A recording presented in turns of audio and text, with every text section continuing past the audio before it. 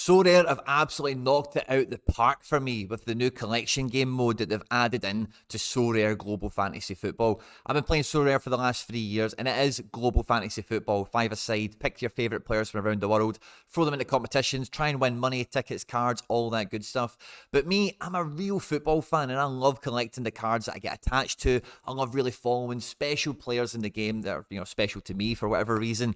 And this game mode is absolutely paradigm changing all across the board, not just for major football fans like me, but for any fantasy football players out there that are looking to get an extra edge for stacking in on teams and players that have been very good to them or are maybe a big part of their gallery. And in this video today, I'm going to be giving you the 3 things that you need to think about with this collection game in mind going forward as you play Sorare. This is such an original concept, and as much as we're going to talk about today the XP bonus and all the stuff that we can use in-game with this mode, stay tuned to the channel for the Sorare and Liverpool community experience, because these experiences that are club-specific, once-in-a-lifetime, Make-A-Wish Foundation level stuff, that is going to go to the football fans of these clubs as Sorare rolls out into the next season. And, no matter who you support, it could even be a club that's not native to you, that's in another country or another part of the world or something that you've grown an affinity to.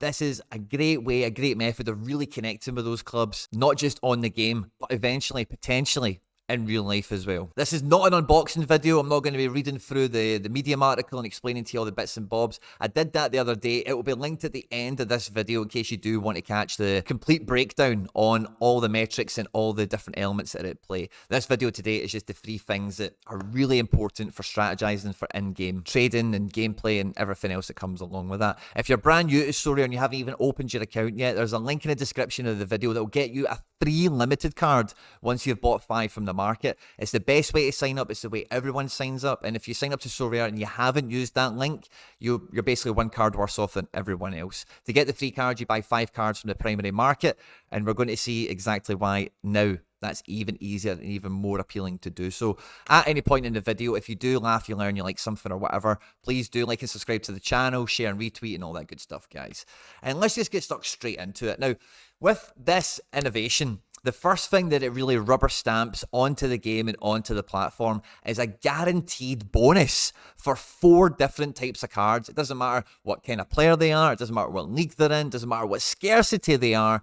These 4 types of cards are guaranteed an additional 1% on what they did before. Probably the one that will go on to become one of the most expensive issues of a card every season is going to be the number 1 serial. The number 1 serial carries a 30-point bonus on this collection game. And when you buy that from auction in particular, but even just by owning and holding the card, that number 1 serial gets you enough points in the collection game as that 1 card alone, 1 card of a collection will get that additional 1% bonus add-on. So if you are a number 1 auction buyer, or even if you're trying to get maybe a guy that's on the bench or maybe not in the limelight at the moment, by getting the number 1 and by getting them from auction, you're going to hold that for the lifetime of the card, for as long as this mode stays in its current iteration. The second one, which is probably much harder to get, particularly up the scarcity levels you go, is the jersey number. So what does that mean? Out of 1,000, out of 100, out of 10, whatever the other number is, if that's the same number that what matches the back of the guy's jersey, the back of the guy's shirt, that's a jersey number kit, and that carries the same bonus as being a number 1 serial. So the problem with the jersey number is sometimes that might come out as a reward by random to anyone, and also some of the numbers players have nowadays are quite high, and not always,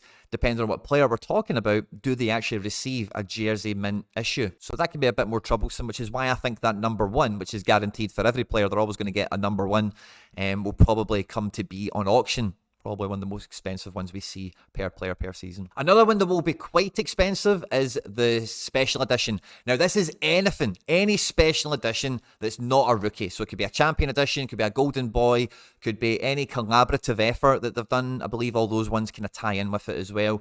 And that, again, will have the same as those other ones I've mentioned, a guaranteed 1% bonus on its 0 to 100 score every game week that you play it in any scarcity, regardless of what we're talking about. The number 1 serial doesn't apply to uniques, by the way, just as a little asterisk onto this. And the fourth one, and the one that's going to be the most available to me, you, and everyone else watching this, is just a card that you're the first owner of. Now, what does that mean? First owner, of course, you're the guy that bought it, you're the guy that, brought it into the club, the first owner, the first person to own it from Sorare selling it. And, that doesn't need to be a jersey number, that doesn't need to be a number 1, that just needs to be the first owner. You've bought it from the market, you get a 20-point bonus on this score, and once you've held it for 90 days and all the rest of it, you will then have enough points to have that additional 1% just by buying from the auction. But there's another method of being a first owner, and it's a part of the game that I've long enjoyed, and that is rewards. When you win a reward, you're the first owner of that card, so now rewards have got a fixed guaranteed 1% bonus on them. So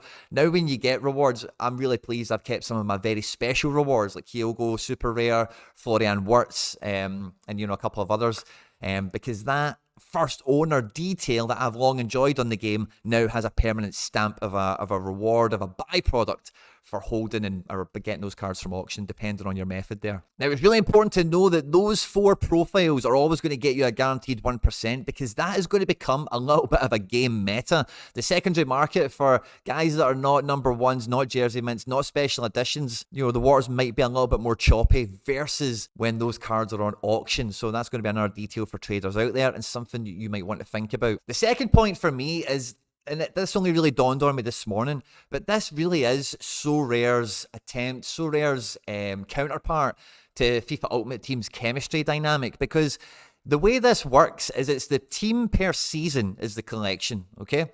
Now, I've got a fantastic New York City collection where it's all the jersey numbers from last season's team that were the team that won the first MLS Cup, and they won a Campeones Cup, which is a kind of a continental competition of sorts. Very special team and all the rest of it. But a lot of those players have left. Nicolas Acevedo, Thiago Andrade, both play in Brazil. Amundsen and Hebert have moved within MLS. Maxi Morales has went back to his hometown club. Tati Castellanos is in Europe, as is Alexander Callens. And Sean Johnson is now at another team, so I now have 2 goalkeepers in this collection that are number 1, and they're not at the same team anymore. So I've got a degree of chemistry with all those players, no matter what team they play for now, for the remainder of their career, for having them and for owning them. And the chemistry dynamic on FIFA, of course, is a bit more, let's say, superficial. What nationality are they, what league do they currently play in, etc. Whereas for me, this is football fan chemistry. This is knowing, oh yeah, I got these guys from NYC in this year, and Castellanos now plays for this. The NYC example is the only one I've really got in my gallery other than Celtic, and I don't want any of those guys to leave Celtic anytime soon. But you see where I'm going with this, So depending on how long you play Sorare and how vigorous you play it in different regions and whatever, you'll probably have a couple of different chemistry sets on the go that will, over time, with transfers and international duty and a lot of other things that can happen, intertwine and mingle with each other, and you'll notice that chemistry that you've got in your club makes your entries very distinctive, very different the longer time goes on, and it's going to be a huge differential for what makes your club special and what gets you higher on the leaderboards than anyone else. And the third and final thing that I would want you to think about with this is a very hard bar to progress up and build a very viable collection on. My NYC is fantastic because they're all jersey numbers, so I absolutely smashed the bar. I've got 5% straight away on every one of those cards for the rest of their career, which is brilliant, okay? But see, to get up to that magical 5%, it is a big ask. Now, the absolute cheapest way to do it for any scarcity is going to be buying 18 players of the one season from being a first owner. Now, obviously, you need to get super lucky to win more than one from a club, I would say. You could probably do it. You could probably win 1 or 2 if you attack a region over a season, and then you're fishing from a smaller pond from the reward pool. But overall, if you're going to try and do that, you would need to buy them all from auctions. So if you bought any player in the squad, but you can only have 1 count per time. So you can't actually, this is a detail I meant to add in earlier, but you cannot add in, you can't stack multiples on this. So the example I wrote on my notepad is, if you wanted to build a Bayern Munich collection and then go and buy 10 Kimmiches and think all your Kimmiches will have 5%, that's not the way it will go. Only 1 card will count towards the collection, like score, and it's only the cards that contribute to the score that get the bonus, if that makes sense. So if you have 5 Kimmiches, whatever the most valuable one is to the score, will be the only one that gives the score over and will be the only one that receives the bonus in kind. So getting into 3%, I think will be quite achievable for a lot of collections, a lot of managers in a lot of different ways. But getting to 4 and 5% is going to be extremely difficult, and is going to be something that, like I say, is going to be high altitude gains, because number one, that will set you apart on the leaderboard, but number two, it's also going to set you apart for the Sorare collecting game itself. And when the Liverpool Stadium experience comes around for your club, or the VIP tickets are on offer to the collectors of the club, then you're going to stand out and you're going to be in Sorare's shortlist for invitation of these things. And like I said at the tip off, this is all absolutely paradigm changing, because we're not just thinking about the next 3 game weeks, the next 6 game weeks, the next 6 months or whatever. You're now starting to think with your main collection, your core of your Sorare club that identifies you and makes you a football fan, you know, what battles to pick, what guys to buy. If you win somebody now, maybe you think twice before moving them on. You might have a look at the rest of that squad and think, hold on a minute, I could get a wee jersey mint on a guy on the bench, or you could do this, you could do that. And there's going to be so many different options and paradigms that open up. There's going to be a brand new series on my channel that will follow on from this. I don't want to give away any spoilers at the moment, but I would love to hear your thoughts on all of this in the comment section down below. Don't forget to like, subscribe, share, and retweet, and all that good stuff, guys. Stay out of trouble, and I'll catch you on the next one.